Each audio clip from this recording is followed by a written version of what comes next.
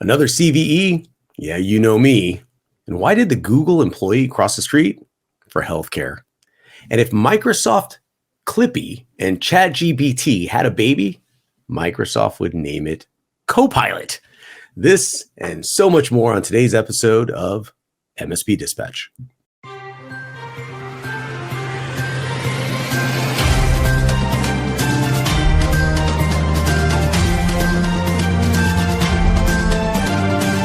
This episode is presented by MSP GeekCon 2023, a conference for MSPs by MSPs. Occurring May 21st through the 23rd, 2023 in Orlando, Florida, this two-day event is built around the journey of technical growth from Tier 1 to Tier 3. Visit mspgeekcon.com for more information. Hey, good morning, everyone, and welcome to the March 21st episode of MSP Dispatch, your source for news, community events, and commentary in the MSP channel. I'm Matt Fox, and I'm joined by my co-host, Mr. Tony Francisco. How are you doing today, Tony? Excellent, not Ray. How are you doing, Matt? As Matt, I'm doing well. I'm doing pretty well. You know, had a nice weekend. I did a little bit of updating on some of my local infrastructure here at the house. An old Synology got a little refurb work done. Nice. I went in and did some patch panel work in my basement, which is nice. You have simultaneously just like, this is geek porn over here, but it is balanced so perfectly with like people getting PTSD. Why would you do that on the weekend? This is the best weekend ever. Why would you do that? I'm sorry. I like pain, you know? But look, nothing of this is about me. It's not even about you. You know what it is about? 600 drones at South by Southwest getting together to send a message to everyone that was at the event. What's that and message? They got rickrolled. I mean, you think that, you know, you go to this this event, it's all about pushing technology and entertainment and everything else. Ooh, check out that QR code. Let me go scan it because who knows, maybe I'll get a discount in Applebee's. Nope, I got rickrolled. And, you know, that's something because there was a lot of buildup to this. I mean, the drones flew around in an area, I believe it was above a school in Austin for a full hour. They had a countdown. 600 drones, okay? All for the sake of getting everyone to watch Rick Astley's music video that we've all seen so many times. And I don't know, I think part of me is laughing inside because yes, Rick rolling someone's always great, but doesn't there come a point where you just want to see not even emerging technologies, but technologies being used in cool ways to show something that's really cool and maybe less than 30 years old? Maybe this bridges the gap. Maybe this is one of those, look at this amazing technology. Gotcha. All I'm saying is, I don't know if these drones gave anything up or let anyone down or if they're going to turn around and hurt you. That's all. So just to be clear, they went up, they formed a QR code. Everyone was super excited about this amazing display of technology. And then you take a picture and you read the QR code and you get the video. Yeah, you see a guy wearing an overcoat. I don't know about you. When I see a dude wearing an overcoat, I'm not like, yes, I want more of this. That's usually no.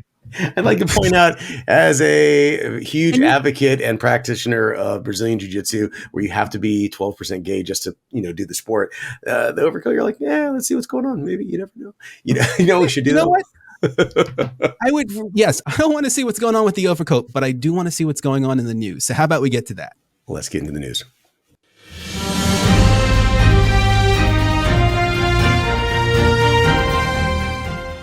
In our first story, straight from Huntress.com, here's everything we know about CVE-2023-23397. Everyone should be listening up. To clarify, this vulnerability relies on what application the user is utilizing to check their email, namely Outlook.exe. It's irrelevant where the email is hosted. Please refer to Microsoft's official advisory for the list of security updates that need to be installed on the end user system. Huntress has been tracking CVE-2023-23397, a critical vulnerability 0-day that impacts Microsoft Outlook. And unlike other exploits we've seen in the past, this exploit is particularly dangerous because no user interaction is required to trigger the exploit. Once an infected email arrives in Microsoft Outlook in their inbox, sensitive credential hashes can be obtained. What it does, the threat actors are exploiting the vulnerability by sending a malicious email, which again does not need to be opened. From here, attackers capture NTLM v2 hashes, which enable authentication in Windows environments. This allows threat actors to potentially authenticate themselves as the victims, escalating privileges or further compromising the network. For more information, we are bringing on Sharon Martin at Huntress, the product owner and overall ninja. You heard that correctly. Sharon, thank you so much for coming on MSP Dispatch and talking to this audience. In the nicest, most respectful way that I can say this, you have completely triggered my my anxiety attacks. And yeah, and right now I'm like, no one send me email. My email account is closed. You may be talking to me. I'm not getting your emails. Thank you for coming on the show. Now, in the nicest, most respectful way, on behalf of everyone, tell us what's happening. How can we fix this? Talk to us. Sure thing. I mean, well, the number one thing I'm going to say is, how do we fix it? Patch, please patch. Microsoft's released a patch. There's no reason not to patch. I know there are some folks who are asking, well, if I have X configuration, am I really vulnerable to this? If you're using the actual application on your end user system, then odds are there is a vulnerability there and you should update it. If you are checking your email solely by webmail, you're okay. I will give it that much. The patch, is the patch locally on the desktop, or is Yes. the patch on the for the hosted for those in the hosting environment, they think, oh, I'll just apply the Exchange patch. Well, what about Office 365? Oh, they'll take care of it. No, this is an admin pushing the Outlook patch to everyone everywhere. Is it just Outlook, or is it are there, let's say, iOS apps or other email apps that this is also exploiting? No, it's just Outlook on Windows systems. And to be clear, the email message is actually really a novel technique. They're using you can apparently specify a custom WAV file that can be added onto a calendar invite. And that's how the vulnerability is triggered. So somebody sends you an invite, the invite time rolls around, you didn't even accept the meeting, and it triggers the exploit, and your NTLM credentials have now been, sent. So is the exploit done via the WAV, the custom WAV file? Is that the novelty that you refer to? Which, by the way, you and I have completely different definitions of novel ways of doing things. That is correct. So what if you don't have sound enabled by Outlook? Is that going to enable this particular exploit, or disable the exploit if you just don't have sound enabled? It should actually, no, we never even tested that. Like, what do you do if you I turn disable off that. Audio notifications? I disable I'll have to that get back to you on that one, because now I'm going to explicitly check it. As far as I know, I don't even like the pop-up notifications. I disable all those immediately. Yep. I don't like what I consider to be ancillary triggers to be done from the Outlook into system default settings. But I'm of the opinion that everything is very purpose-built, ironically very app-specific. And if we can isolate it and not have it triggering other components in the system, in the operating system, to me, that I feel safer. I feel more cuddly and warm, which of course you completely destroyed by telling everyone about this hack. I mean, you didn't tell everybody. Microsoft told everybody. No, it's amazing. What from talking to the MSP community out there, and you're talking to them all, you are now talking to the MSP, and you're saying what to them to get the users to, I'm going to say two things, to get the users to update immediately. The next question is, and I'm just throwing this one out there because maybe hypothetically everyone doesn't apply the update, because I know that would never happen, but let's just assume that that's the case here. The second scenario is, what do you do if you are paranoid? If you think somebody has compromised your credentials, is an update and then password change in line? So give me your advice to the MSP community. So honestly, if somebody's compromised the credentials and they've used a pass the hash attack, they've potentially gone elsewhere on the network. I would almost say the first step would be to change those credentials temporarily, disable the account if possible, and then patch as soon as possible. If you suspect that this has been used, I would go the let's shut it off versus let's patch and then let's change the credentials. Either way, it's always a good idea to, you definitely want to follow up with that patch. But I guess the question is like, how have you seen this across your network? Is it clear in logs that there was a login attempt that wasn't expected? Okay, if there was, then that seems like the account's compromised potentially, and you should rotate the credentials. So let's pretend that the credentials have been compromised in some capacity, and then I go through and I change my authentication, the password.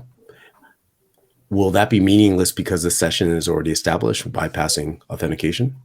Is there a way to kill that session other than refreshing the token?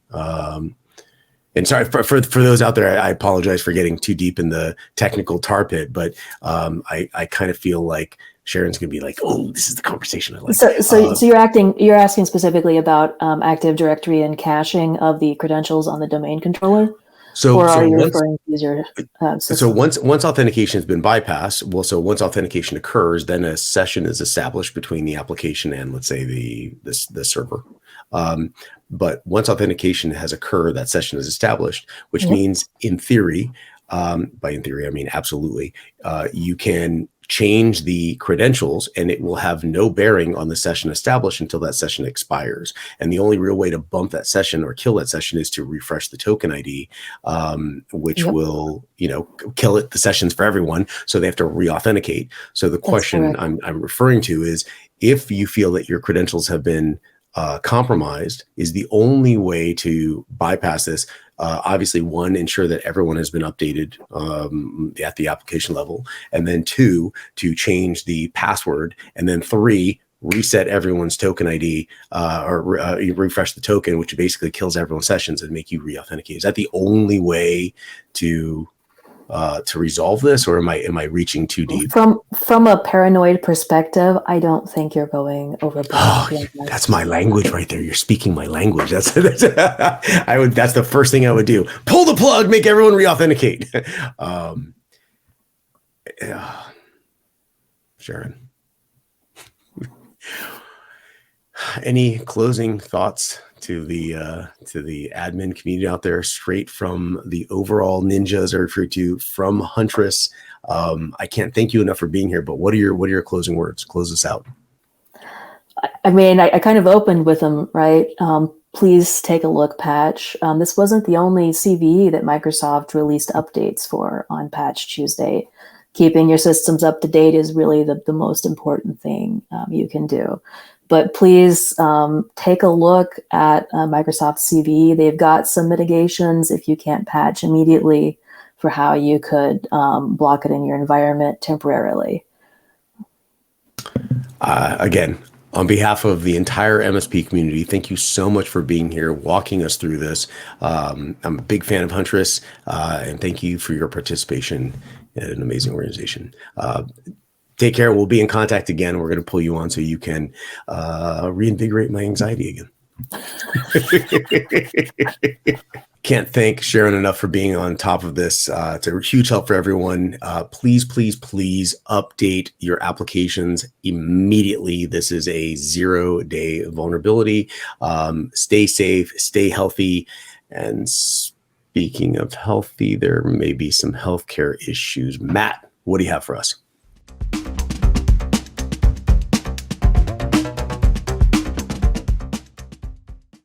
Google won't honor medical leave during its layoffs, outraging employees. Written by Ron Amadeo for Ars Technica.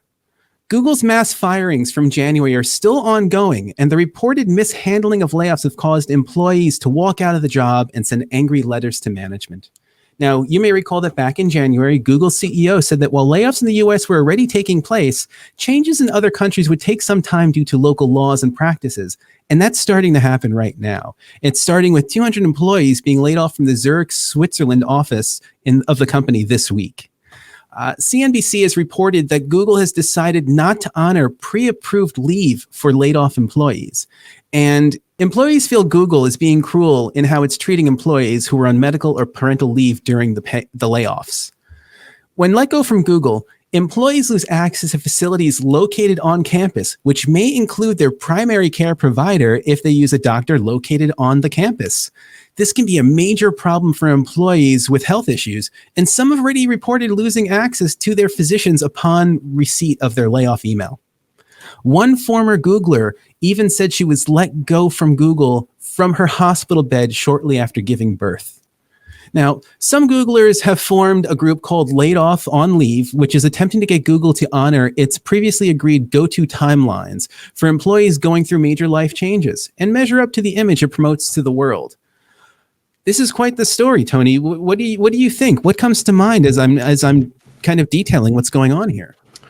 I'm very opinionated about this. I do have a strong opinion because I see both sides. Now, the question is, what is the other side? Don't get me wrong. I'm, what's that called? Human. And I see the humanity or the lack of humanity in taking away healthcare and agreed upon, hopefully contractual components. I see that. But the other side that I think that people are missing is that maybe 98% of everyone went seamlessly. That's a lot of people that were let go. So are these the squeaky wheels? Now, if that's the case, these can be exceptions to the rules. And mea culpa, these are things that fall through the crack. We didn't have a predefined policy to address these, and we'll go back. So is this just PR?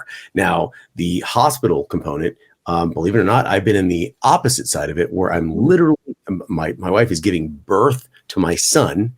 And as she's in labor, one of my critical support people, support team members says, yeah, I quit. I know. I've been, I found another job, another opportunity. I said, can you give me like a week? Can you give me 4 days? I'll pay for a month. He said, no. I said, you realize I'm literally my wife is in labor right now. This could not be there could not be a worse time. This labor dispute is getting ridiculous. You've taken labor issues to a whole new level. And so that was infuriating to me. But I mean, was that intentional? Was that thought out, or was that just circumstantial? I think it was a little bit less circumstantial, but there was a circumstance, into that. So you have to weigh all this out. If you're looking at the vastness of employees that were let go in this particular situation, for the most part, Google is not known for being a cruel organization. So I'm going to assume that there's some just bad PR and some things taken out of context. I would love to see the follow-up on this of how it's addressed. If it's not addressed and there were absolutely agreed upon, pre-approved vacation or whatever the time off period, there could be some golden parachutes-ish involved in that were agreed upon, and they're backing out of that, then we have a problem. Now, it's not just bad PR. It's going to be an ongoing morale issue and a variety of other things. Sorry, that's my opinion because I think it's straddling that line. That was an interesting opinion, and I think it was one that reflected an experience that not everyone's going to have gone through.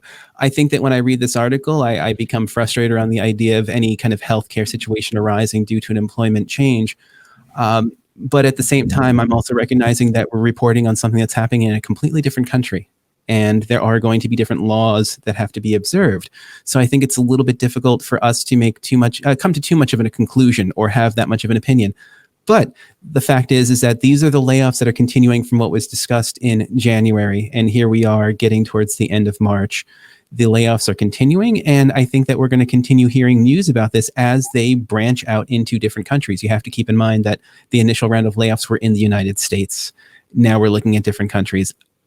I'm not looking at this as a as a spectator with a morbid curiosity as to what happens. But I will say that I am going to keep my eyes peeled because I want to see what happens in different countries as this goes on. And it's something I think that we're going to continue reporting here in MSP Dispatch, because it's again, I'm not trying to look like I'm observing someone else's misfortunes, but I'm curious to see where this goes. And I think that the audience will be as well, particularly since, yes, a good portion of our audience is the United States, but MSPs operate worldwide. Absolutely. We'll hopefully keep everyone up to date. I'm assuming there's going to be some continual layoffs and some attrition happening. There's going to be a lot of transitionary processes and the quote unquote upcoming financial headwinds, some quote unquote trimming the fat. But I think this is going to play nicely into understanding maybe the cadence. Maybe this isn't such a bad scenario for the people that were let go that have a great package that end up moving on to another. By the way, I know many of these people right now that move on to another job that has an as good or better offering. And what a great new chapter in their life. This may be something taken out of context, just some bad PR, not enough reactionary time. So we'll keep everyone up to date. And you know what? We're going to keep everyone up to date. Initially, I said to myself, hey, let's just ask AI what it thinks. But given that most AI seem to be focusing on document formatting right now, why don't we get onto that?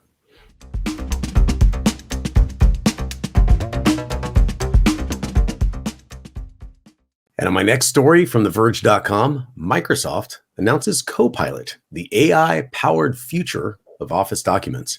Microsoft is announcing a new AI-powered Copilot for its Office 365 apps and services today, designed to assist people with generating documents, emails, presentations, and much more. The Copilot, powered by GPT-4 from OpenAI, will sit alongside Microsoft 365 apps, much like their assistant. Copilot is essentially a chatbot where you can even ask it to create 10-slide PowerPoint presentations based on a Word document, or analyze or even format Excel data. This means Excel users can use Copilot to instantly create SWOT analysis or a pivot table based on data. In Microsoft Teams, the Copilot feature can transcribe meetings, remind you of things you might have missed if you joined late, or even summarize action items throughout a meeting. Microsoft says it's testing its Office 365 Copilot with 20 customers right now and will be expanding the preview, pricing, and details in the coming months. Matt, let's unpack this.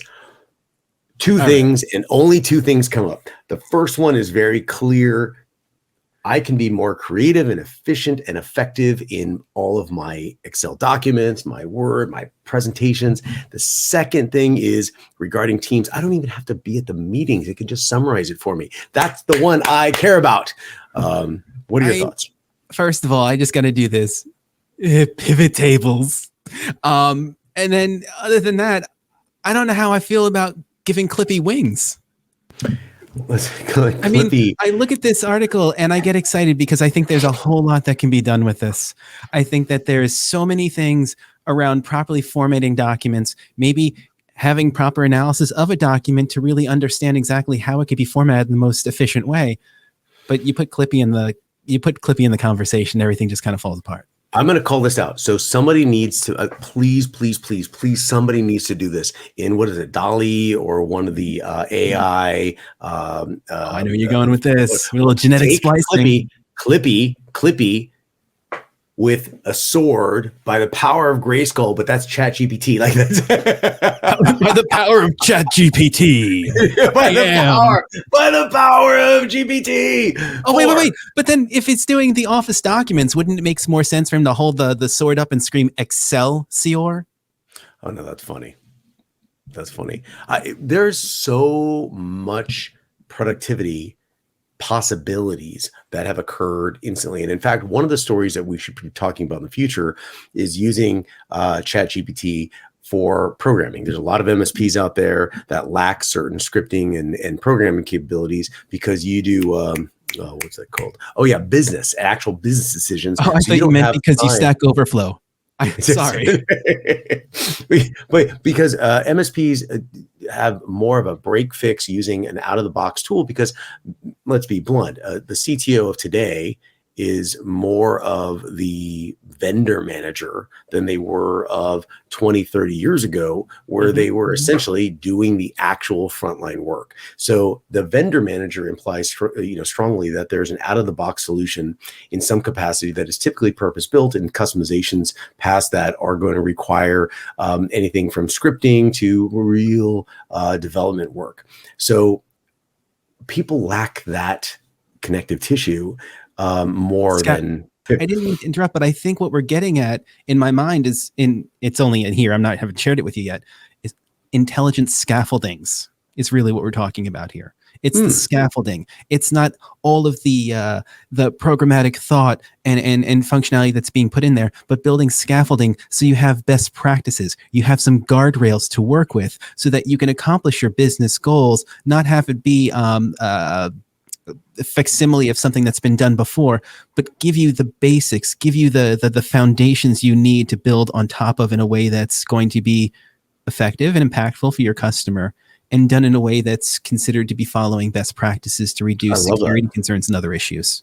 I love that. And the immediacy of the development required is now right at the tip of your fingers with ChatGPT. You could tell it, I would like a script that does X. Yeah. I would like a script that automatically previews these particular libraries for these particular things to be used in these particular areas, and it will generate the code for you. I've created Chrome plugins that summarize web pages for me using ChatGPT, and it tells you step by step what to do, gives you the code. So that's a story I want to do at a later time. But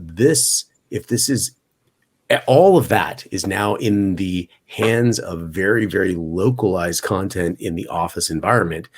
What an amazing tool. And I'm so excited to see what this turns out. Look, we just went off on a tangent where we went into development as opposed to Microsoft Office. And I think that's just an indicator of how much excitement and how much is around the corner for everybody. So folks, I do apologize for going off a little off reservation on that one, but I guarantee you are following us every single step of the way. Let's land this plane, Matt. Land it. Get that landing gear out, boys.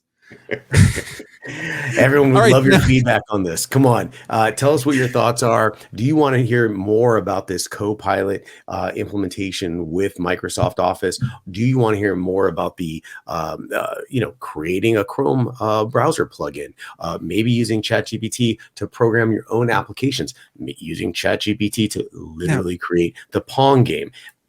You're asking a lot, Tony. You're asking the audience a lot of different questions, a lot of ideas going on here. One place where it should all happen, our Discord. We have a Discord.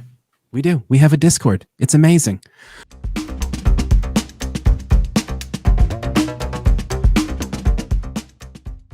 In my first notable, Google Workspace launches annual plans along with a 20% increase for monthly users. Written by Ron Amadeo for Ars Technica. Google has announced that it's introducing annual plans for its Google Workspace, formerly known as G Suite, a set of productivity tools that include Gmail, Google Drive, Google Docs, and Google Sheets. The new annual plans are designed to provide customers with more flexibility and cost savings, as they're going to receive a discount for committing to 1 full year of service upfront. Customers who choose an annual plan will pay for 10 months of service and receive 2 free. However, Google is going to be raising the price of its monthly plans by 20% for new customers effective immediately, as in it's already happened. Current monthly plan customers will not be affected by the price increase until their next renewal date. The price increase is due to the rising costs of providing the service, and according to Google, it's not raised its prices in over a decade despite adding new features in the same period of time. Google Chrome now lets you disable all extensions with a single click, written by Joe Rogan for mspowerusers.com. Google Chrome Canary users can now disable all extensions on a web page with a single click. And after blocking those extensions on a web page, all they're going to need to do is reload the page again for them to be back in effect. Disabling extensions from a particular web page will not impact websites that you open later or already have open. Again, this feature is only available for users in the Canary channel.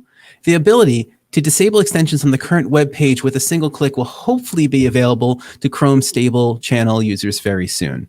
Over the years, there have been several extensions released that help developers in similar ways, and it's really nice to see a feature like this become one that's native to Chrome. And my first notable mention from mspoweruser.com, Microsoft is testing a new setting in the recently released Canary build 25314 to let users try new features as soon as they're ready. The new toggle switch is called, quote, get the latest updates as soon as they're ready for your PC. It can be found in the Windows Update page. When you enable the toggle switch, you grant permissions to allow Microsoft to push new features as soon as they're ready. How do you enable this Get Latest Update feature? You download the Vive Tool GUI from GitHub, install the app, open the app and search for feature ID 431-32439 and enable it. And in my next notable mention, straight from mspoweruser.com, Microsoft is releasing its new stable version of Edge, the browser. Microsoft is releasing Edge version 111.0.1661.44 for stable channel users. The latest version of Edge introduces a new Microsoft Edge PDF experience policy, which admins can now test after installing the update.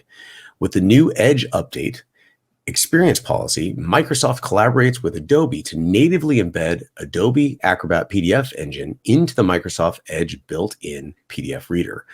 Admins can now test the feature, enabling the new PDF reader enabled policy.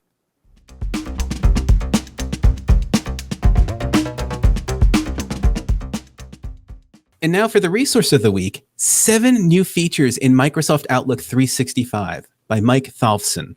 Now, Mike has released a great video that details 7 of the newer features located in the most recent release of Microsoft Outlook 365.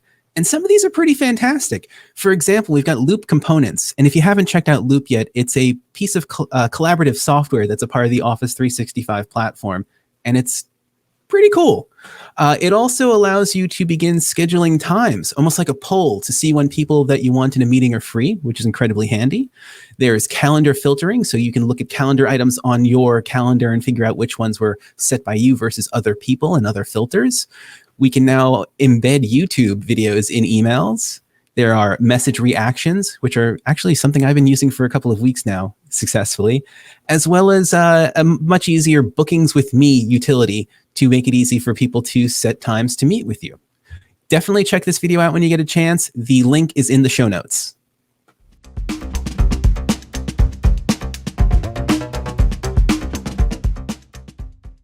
And straight from our feedback and straight from the tubes, Derek Brawley says, does anyone think Ray's looking a little different on this episode? All jokes. As a small MSP, I love the show and always will watch this before anything else. Big fan. So Matt does not look like Ray, or does Ray not look like Matt? Thanks for the feedback. Join us for Channel Engage, a free monthly live stream where IT vendors pitch their products and services to industry MSPs. Each month, channel program founder Kevin Lancaster and co-founder Matt Solomon introduce you to innovative emerging technology vendors. Don't miss this month's featured panel topic, Incorporating OpenAI into Managed Services, Opportunities and Challenges, featuring moderator Ray Orsini and guests Tom Lawrence and Jason Slagle, happening on Friday, March 24th at 12 p.m. EDT. There are plenty of amazing upcoming events taking place across the community, so let's see what's happening this week. March 20th through the 21st, an in-person event, MES Exchange Security in Indianapolis, Indiana. On March 22nd through the 23rd, another in-person event, ASCII MSP Success Summit in Buckhead, Georgia. And on March 24th at 12 p.m. Eastern, Channel Engage, Incorporating OpenAI into Managed Services, Opportunities and Challenges. And coming from the MSP Media Network this week, we have, in case you missed it, the Tech Bar Podcast Episode 54 with Emilio Garcia of Tier 2 Technologies.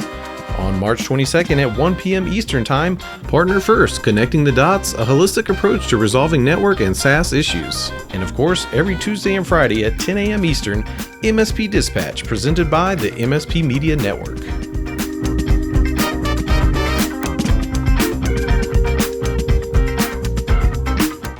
So how'd you like today's show? If you like it, please hit the thumbs up. If you didn't like it, go ahead and hit it 5 times. Make sure it's an odd number though. And if you want to hear more, go ahead and hit that subscribe button on YouTube or your favorite podcatcher. Do you know we also have a Discord channel, which we just talked about?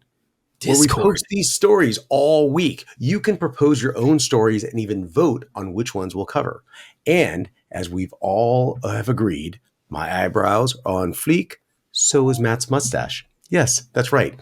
Also, be sure to follow us on social media at MSP Media TV. It's there. It's all right there. You have any questions? Email news@mspmedia.tv for answers on the next episode. Or you can even leave us a voicemail at 833-MSP Network. Yes, it's that easy. So, That sounds. Matt, what an amazing show. We've opened this up. Amazing. We had Huntress. We had an actual ninja from Huntress. Might even still be here. We don't know. We don't know. We've talked about how everyone should keep their stuff up to date. A 0-day vulnerability, which, by the way, the moment this show ends, I am updating. I'm literally updating everything, which everyone should be doing as well. What a great show. What are your thoughts? I think it was a show where we covered a lot of different topics they're just so important to everything that's going on right now, whether it's security, the progression of artificial intelligence within our everyday lives, not just businesses, but everyday lives. And something as important as healthcare. You can't forget that there are people that are running everything that we're talking about every single day. And they need to be patched every now and then too. I think that's important. We can never forget They need to be patched. Humans need your computers and humans, which may be the same depending on your concept of virtual reality. Everyone, thank you so much for listening today. Please be safe. Update your stuff. Take care of yourselves and each other. Have a good one.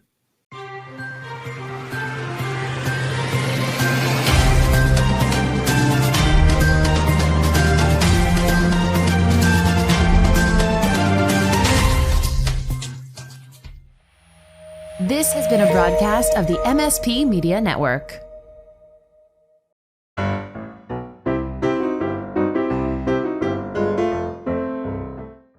Hold on one second. I just have to get this in here. Do you think someone at Microsoft was like, yo, the version number of this thing needs to look like a fake IP address? Like it you know what? Let's just go for IPv6 to see how much we can really mess with these people. Who sprinkled the methamphetamines on top of semantic versioning over here? Because I've never seen that many periods in anything ever. Do better, Microsoft. And jumping into my next story, straight from theverge.com, Microsoft announces hold on. Microsoft renounces everything from Amazon. Oh, exactly. Microsoft Clippy. And in my next story from theverge.com, Microsoft announces toy boat. Say that 5 times. There we go.